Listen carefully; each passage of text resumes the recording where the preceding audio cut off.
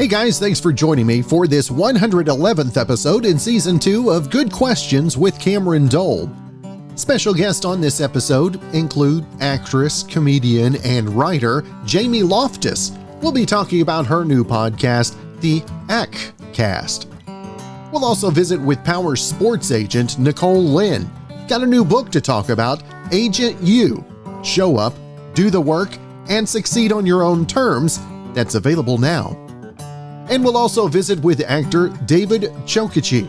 Got a brand new movie, Last Call in the Doghouse, which is available today. Of course, if you would, please take the time to subscribe, comment, leave some feedback, check out the shop, and share with your friends. Now, do you remember in Happy Gilmore when he fights the alligator?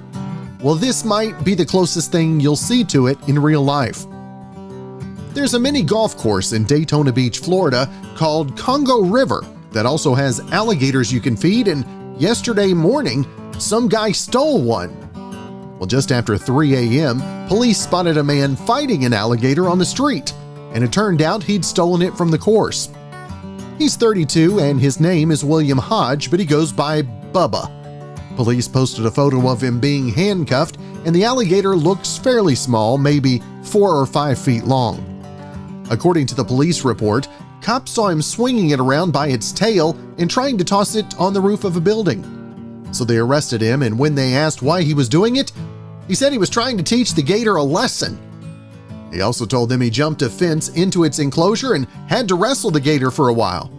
But it sounds like it's okay and back home now.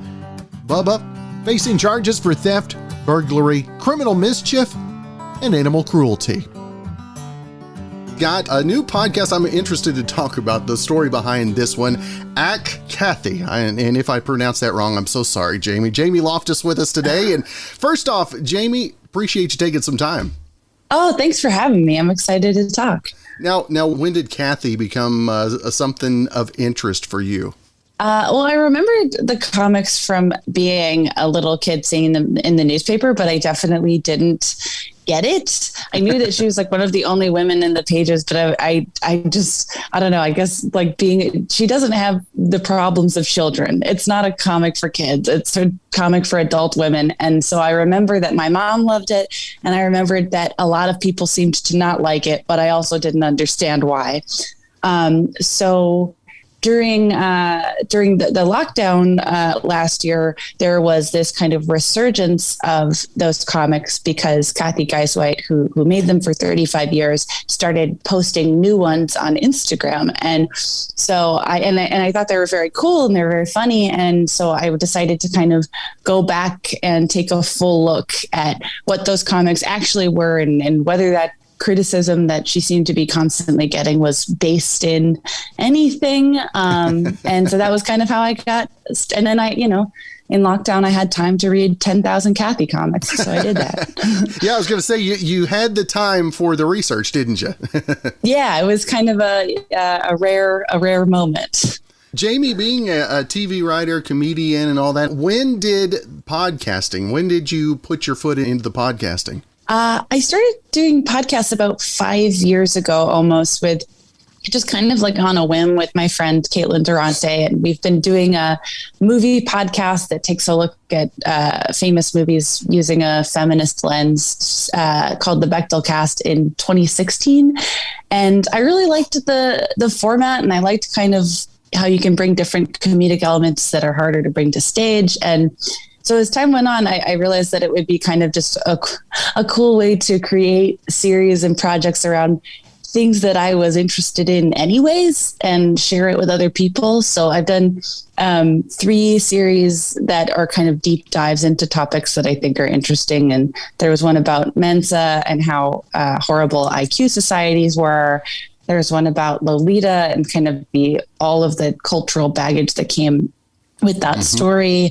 And after that, I was like, I want to do a fun, lighthearted one. And so that's kind of where Kathy came in. And it's been such a fun couple of months putting this together. Now, the writing process of this podcast, how long, as a writer for a podcast, how long do episodes or serials take for you? Well, I'm not done yet. It always takes way longer than I think it will. It kind of depends on the episode. There's some episodes that I'm kind of leaning more heavily on interviews, and that's not quite as difficult. But there was a few episodes in this series that took me months to finish because I had to, do all of this reading and track down all of these people to talk to.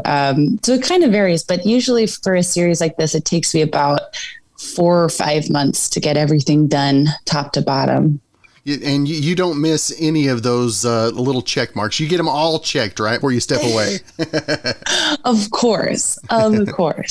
Now, Jamie, this last year, the way we've had to deal with COVID, the way we've had to deal with being remote, what is the biggest thing that you learned about yourself that as things are opening up, you're taking advantage of?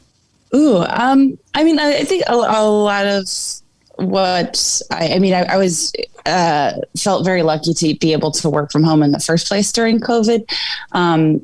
And I was able to learn a lot more about things that I should have known about anyways, really. But learning about how to get involved in mutual aid efforts in my neighborhood and how to kind of incorporate that into my daily life and routine inside and outside of quarantine. And then on the other end, I think I learned that there is like such a potential to connect with other people over things that kind of seem innocuous. And I've had such a good time putting these shows together over the last year and a half now, because it's kind of cool to just feel like, hey, here's this thing. And everyone has some sort of connection to it one way or another, and use it kind of as like a tool to talk to each other and hang out. And I've also been eating a lot of hot dogs. Like there's been a lot of stuff going on.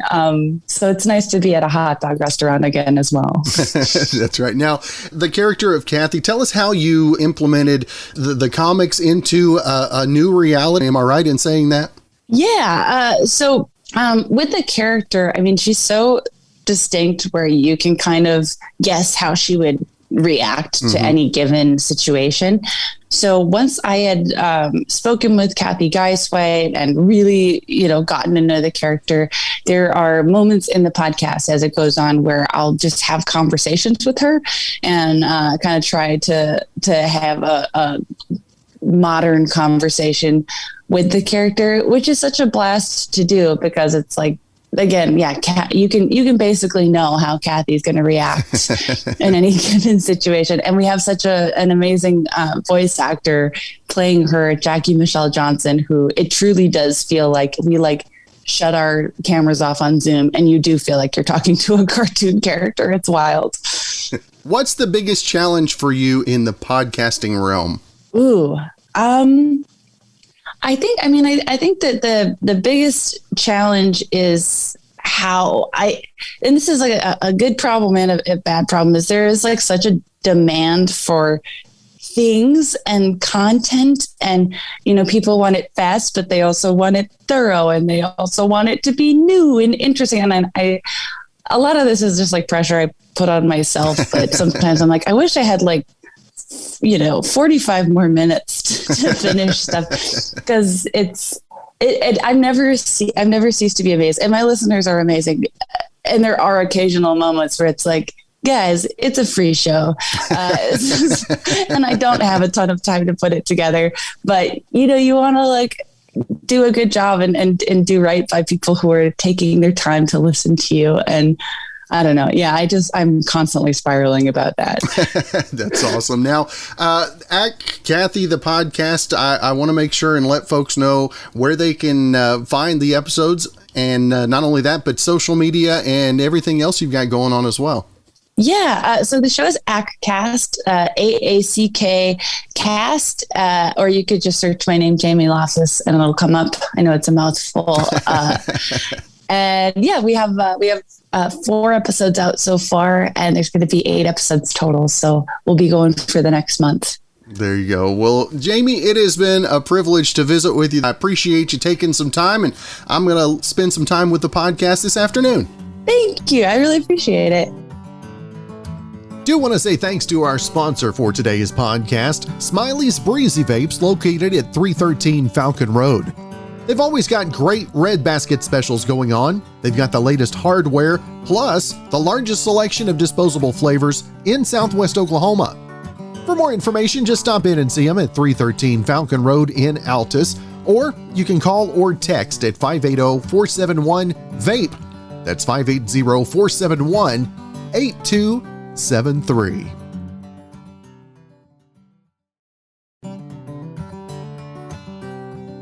Now, Dan Aykroyd's liquor brand, Crystal Head Vodka, did a poll to find out which drinks we're more likely to order when we're on vacation. Now, at home, we're more likely to choose easy-to-make drinks like gin and tonics or vodka cranberries. At parties, we prefer fancy drinks like a martini or old-fashioned. And on vacation, we're more likely to drink daiquiris, tequila sunrises, and Moscow mules. Now, they also asked people what they'd do for an extra 2-week vacation that they could go on immediately. And here's what people said. Number 1, would you take a bath in ice cold water? 45% said yes. Number 2, work every weekend for the next year. 43% said yes. And if you're talking Saturday and Sunday, that's around 100 extra days of work for just 10 days off. Number 3, not celebrate any holidays for a year?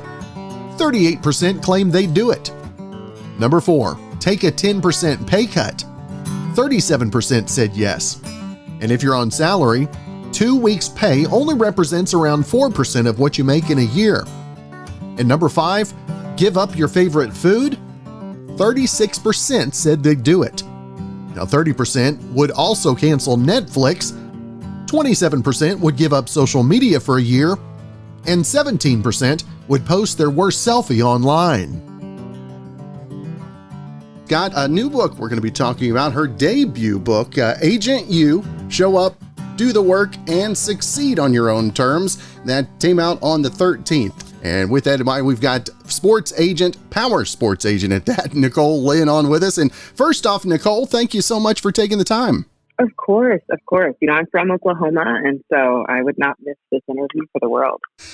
For you, Nicole, how did getting into the agent world, and especially NFL, how did that even be a dream of yours coming up, if you will? So I went to the University of Oklahoma for my undergrad and college of law. And while I was there, I met a lot of athletes that were football players. And many of those, yeah, of course, yes, a lot of great players there. Many of those kind of had similar upbringings as me. I definitely grew up in kind of a rough situation, in childhood poverty. And many of those players would kind of come from where I came from and then go to the league and become millionaires. And then somehow they trickle back, rags to riches to rags. And I kind of saw that early on in college and said, man, how can I help these young athletes? These are my peers. And so I ended up eventually moving to New York City, working on Wall Street, originally thinking I was going to be a financial advisor for the athletes. Once I learned that sports agent was really what I wanted to do, I went back to Oklahoma and went to law school, and kind of the rest is history. And how hard was it to make that break into the industry? Were there barriers, or was it maybe a little more welcoming than you thought originally? There's definitely barriers. I'd say the industry was very welcoming. I think it was a little bit more difficult with the prospects and the clients. These prospects sitting there with their family members are used to seeing men walk in the room. And so when they saw someone that looked like me, I think there's always that moment of kind of sticker shock. And, that part was a little tough, and I had to prove my credibility and build a name. And so there was definitely additional hurdles that I don't think my male counterparts had to deal with, but the NFL was very welcoming. And when did the idea for the book come to you? And was it something that was with a little consternation that you agreed to it? It's funny. I actually was writing the book for several years, not thinking about it being an actual book, but more so just writing down my tips. So if I had some free time, I'd pull up my laptop and write a chapter on, how to be successful, or what, write down a story from that day. And so it really was something I worked on for a couple of years, and one day kind of thought, maybe this can be a book. And what has been your reaction to the feedback? What's it like to get the feedback from the readers and other leaders as well that see the insight that you're giving? Man, it is so amazing. I love, part of my life's purpose is really mentorship and inspiring. And I feel like this book does exactly that. And so I just feel really blessed to be able to reach so many people. And I know one of the tenets in there is discovering and staying focused on your purpose. And your purpose isn't always so easy to find, is it, Nicole? Sometimes it can be difficult. And so I actually include an entire chapter on finding your purpose.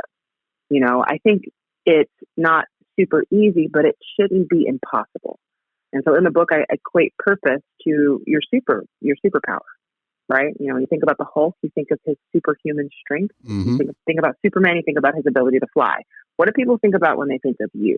And so I kind of walk the reader through finding that life's purpose and trying to really make it the most important mission of your life. And with the times of social media that we live in, and I battle with this as well, in marketing is over promoting yourself. What do you say to that when somebody brings that idea to you? Oh man. It's just that to me, that's not even a thing. You're in social media. I'd post on social, and I used to have certain agents, just peer agents that weren't into social media, and just say, "Oh, you're just posting about yourself." But yeah, I am. It's my social media page. That's what you do. Women, I think are very self-deprecating. As I try to teach in the book, that we need to be able to speak up for ourselves and be comfortable with saying what we've been able to do successfully. There's a line between humble and cocky, and I think sometimes women are overly humble. And so making sure we have that confidence to say, hey, yeah, I'm very good at what I do. And there's nothing wrong with that. That's right. And again, the book, Agent You, Show Up, Do the Work, and Succeed on Your Own Terms. And Nicole, this is something that we can, whether we're agents or in the entertainment industry or anything, there's tenets in here for every walk of life. Oh, absolutely. This book is not about being a sports agent. It's about being your own agent in life, no matter what you do for a living. It's about, it'll teach you how to advocate for yourself, how to get a seat at the table, and how to unapologetically live in your purpose. And Nicole, you talk about taking chances. How hard is it to know when to really go out on a limb? Yeah. In the book, I call it, the Hail Mary, which is a football term. I believe that every person in their personal or professional life has to take a Hail Mary at some point. It's the big gut-wrenching jump that you've got to do, you've got to do to become successful or to get to that next level. And the timing of that can be very difficult. And so, in the book, I talk about preparing for that Hail Mary and how to identify when's the best time to take it. That's right. Well, again, the new book, Agent You, Show Up, Do the Work, and Succeed on Your Own Terms. Proud to have an OU Sooner alum on with us, Nicole Lynn. I want to make sure and let our listeners know not only where to find more about the book, but everything you got to go in social media-wise as well. Yes. Agent Nicole Lynn is my Instagram, Twitter, and my website. So Agent Nicole Lynn. And then please get the book, Agent You. It's everywhere. Amazon, Barnes & Noble, small bookstores. You name it, it's there. That's right. Well, Nicole, it has been a privilege to have the chance to visit with you. Wish you continued success, a great weekend, and hopefully we can catch up again real soon. Yes, thank you so much for having me. Do want to say thanks to our sponsor for today's podcast, Smiley's Breezy Vapes, located at 313 Falcon Road. They've always got great red basket specials going on. They've got the latest hardware, plus the largest selection of disposable flavors in Southwest Oklahoma. For more information, just stop in and see them at 313 Falcon Road in Altus, or you can call or text at 580-471-VAPE. That's 580-471-8273.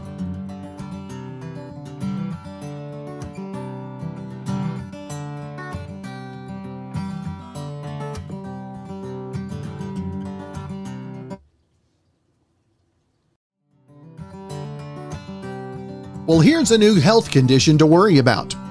And it's got a catchy name you won't forget. Did you suffer from dead butt syndrome last year? Well, dead butt syndrome, or DBS, is when you experience pain, numbness, or tingling in and around your butt muscles, and it's usually from sitting too much.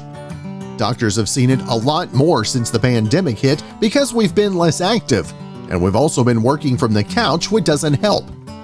Dead butt syndrome isn't a formal diagnosis. It's a catch-all term that doctors use for various things that can make your butt feel like it's given up on you.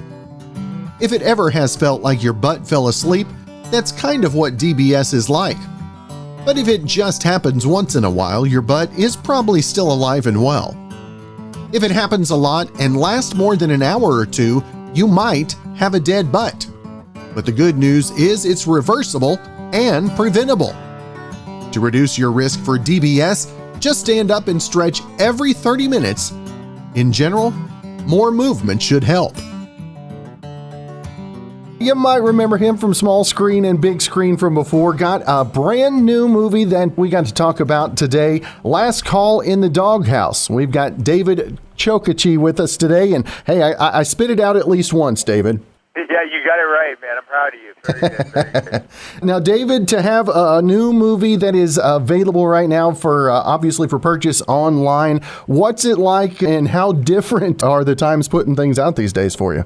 Yeah, it's it's definitely a different world. We're out there. This Last Call in the Doghouse is a feature film that we shot, and it's actually being released today at StonyPointEntertainment.com, who is our distributor. So anybody who wants to check out the movie, they can go to Stony Point Entertainment and purchase it and download it and watch it. And it's a different arena for sure. A lot of these movies, there's a huge demand for content from all these media streaming platforms, and we've been lucky enough to find homes for some of our movies at Amazon Prime. We're trying another one of our projects at Netflix. So there's so many different venues to try and launch out your project into.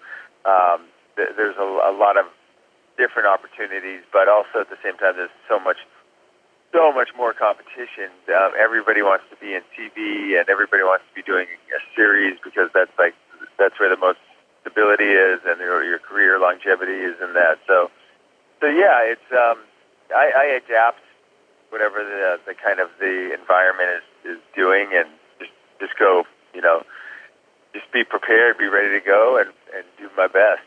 That's right. Now, The Last Call in the Doghouse, it's been described, I heard it described, Cheers meets Field of Dreams. And David, give us a little insight into the new film. So I play a character named Dog, and when you spell that backwards, it's God. And I actually do play God, which is interesting. But we're very more mortal versions of. I'm a mortal version of God in the sense that I'm in this human physical body. And I happen to own a dive bar, and in this movie, in this feature, the dive bar happens to be in New York City, and it's run by myself and my two sons.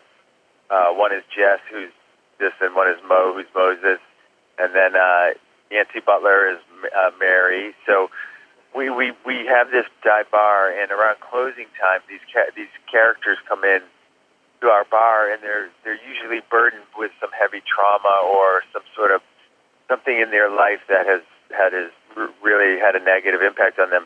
And they come in, and through exploration and conversation, we start to pry out these traumas that these people have experienced, and then we actually will flash back in time to their exact trauma, and we will go with them, and then in that flashback, we will actually help them alleviate the pain that they're suffering, and help understand why they're dealing with what they're dealing. So it's a magical movie. It's by far one of the most proud movies I've made. It's just got a beautiful message about human beings and how flawed we are as humans. But in the end, we're all very much, we're not unique in the sense that our problems are fixable. We can be healed, and that's the message we're putting out with Last Call in the Doghouse. And right now, David, I don't think there's any better time than to say, we're all going through stuff, but we're all not that different either. Oh, exactly. I mean, this is the timing of our movie, along with what everybody's dealing with. It couldn't have been, people will love to have this message, and you'll laugh and cry and be exhilarated just watching this. So you'll go through all the range of emotions, and I think it is. It's inspiring in the sense of like how we all are, how all the humans on this planet as a collective, how are we coming out of this pandemic, or how are we dealing with it, and the fact that it's maybe getting worse again and all this. So we have to hang on to hope. We have to hang on to inspiration, positivity, all those things in order to to stay mentally healthy, spiritually, physically, emotionally healthy. We have to do those certain things for ourselves. David, in this last time, like you said, as we spent our time alone, what was one of the things that you really worked on, maybe on your craft? I kind of put it down for the beginning of the pandemic. There was really nothing. So I'm also a carpenter, and we had moved into a new house, so I was doing all these carpentry jobs all through the pandemic because that keeps my mind and my body, brain, and everything busy. But also, I motivated myself to. I went out to Joshua Tree and shot some content for myself, and through that content, I'm editing like a message. It's kind of a story. It'll be like a standalone pilot of about being in nature and how nature can heal us. I have a lot of different things. I have a couple movies. I'm about to start shooting one in Connecticut, then in July, and then we are scheduled to shoot the sequel to Last Call in the Doghouse mid-August here in LA. And in that one, the title of that is In Dog We Trust. So these are what we're hoping to do is myself and Bruce Reisman, the writer-director who wrote Last Call in the Doghouse. We're hoping to do one of these a year and do, 8 to 10 of them over the next bit of time. And they're just beautiful movies, and the characters change somewhat, but at the core they will remain the same in terms of my character and Aaron Fours and Adam Jacobs. Those three are kind of like the foundation for the show, and then there's a bunch of other amazingly talented actors that come in. Parker Stevenson, Yancey Butler, Judy Geeson, who else? Amanda Jenkins. It's a really talented cast, and it's one of those movies people are going to watch, and just you're going to talk about it after, and you're going to feel uplifted that there is hope and that there is light at the end of the tunnel, and it's even though we think maybe darkness is all consuming, there is a way out and there is light. That's good stuff. And again, the new movie Last Call in the Doghouse is available now. And David, I want to make sure and let our listeners know again where they can find more information about the film. Yes, at the website for the distributor, which is www.stonypointentertainment.com. There's a ton of information on that website, behind the scene, like the trailer and other information is on there. And then through all the social media handles for like myself, and we're all putting out a fair amount of information, trying to increase the viewership and get the movie launched out there into the entire world. It's a different world, isn't it, David? Yeah, it is. It is, man. Well, David, it has truly been a privilege to have the chance to visit with you. I hope you have a great weekend. Happy release day to you, and hopefully we can catch up again real soon. All right, great. Thanks so much for having me on. Well, thanks again for joining us for this 111th episode in Season 2 of Good Questions with Cameron Dole. If you ever have a comment, question, anything else you'd like to know, you can hit me up on the contact page at gqwithcam.com.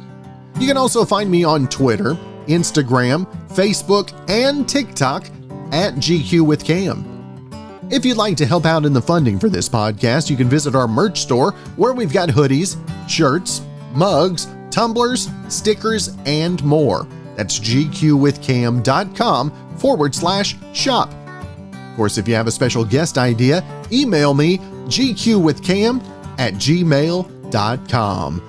Well, thanks again to our good friend Brandon Allen coming up with our theme music. We're going to let him play us out. Hope you guys have a great weekend.